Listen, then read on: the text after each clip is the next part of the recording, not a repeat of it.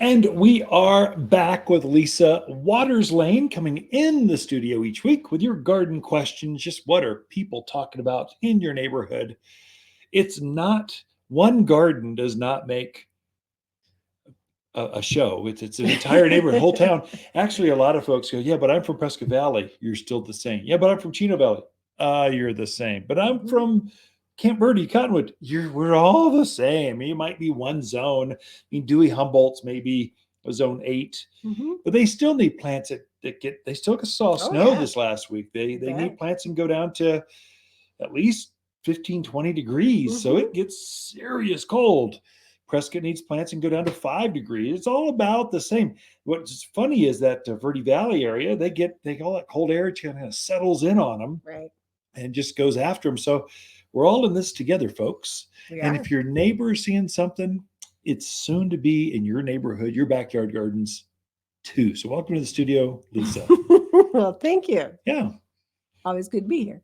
you've got you and your team have Whew. resurrected a garden center from a bone pile covered in snow Yeah. to now we're just jamming. The place is Right. packed full with It's plants. an amazing transformation. Just I overnight. can't even tell you how different it looks right now. And it's just, you got to come check it out. Just so many plants, so many beautiful evergreens, shrubs. Oh my goodness. Inspirational. I noticed, in Definitely. fact, I was at a different meeting across town and I'm sitting there with a board member. We're just Hmm. waiting for the meeting to start.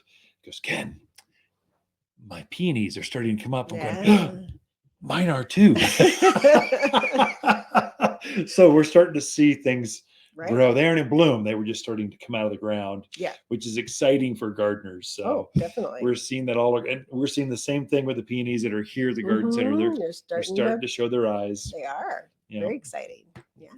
So what are people talking about? What are they asking? All kinds of things. So our first question is from Megan in Prescott. Megan? She needs to reseed her lawn. Okay. She's not sure what type of grass is in there currently. She wants to know when's the best time to reseed. And if you're not sure of the type of grass, what do you use to reseed with? All of the above. So yeah, it's super easy, Megan. Here you go. Is the grass green right now? Yeah. If it is, you've got a cool season grass. Mhm. If it's brown right now, you have a desert or summer grass, so Bermuda, Mhm. buffalo, some of these others. Yeah. I'm assuming she's got a cool season grass. That's mainly what we grow up here. Mhm. So that's going to be a fescue, bluegrass, ryegrass.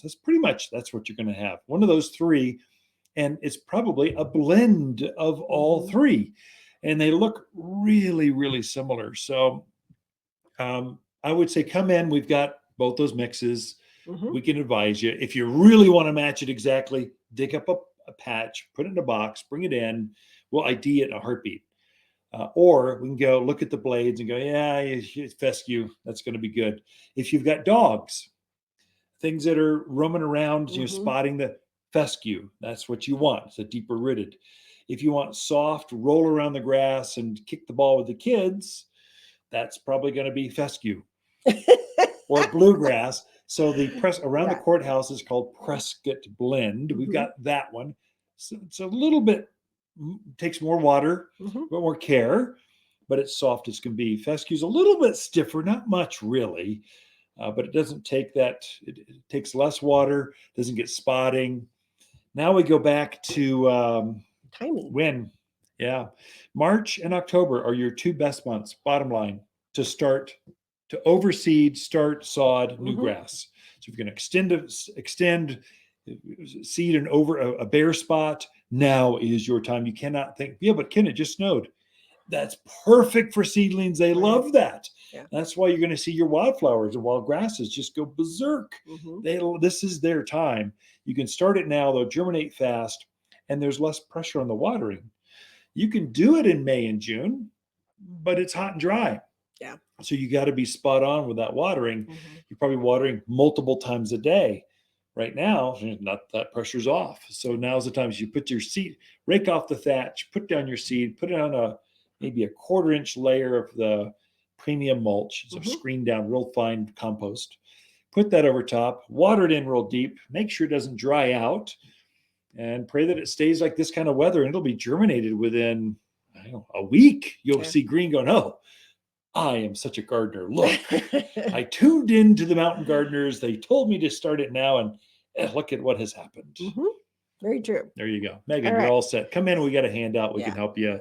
Whether you're reseeding or starting fresh, March is a great time to do it. Now's the time. Yeah.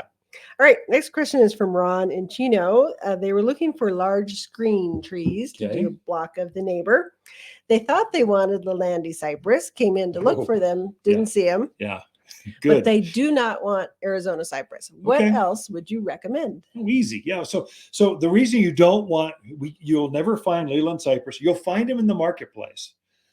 From one friend to another, you do not want to plant those in your yard. It will die within 5 years, guaranteed. Every tree to the planet, there's a canker, there's a disease going around that's taking them out. So very established, ancient trees, big trees are being obliterated. And there, it just goes right down the line. There's no preventing it.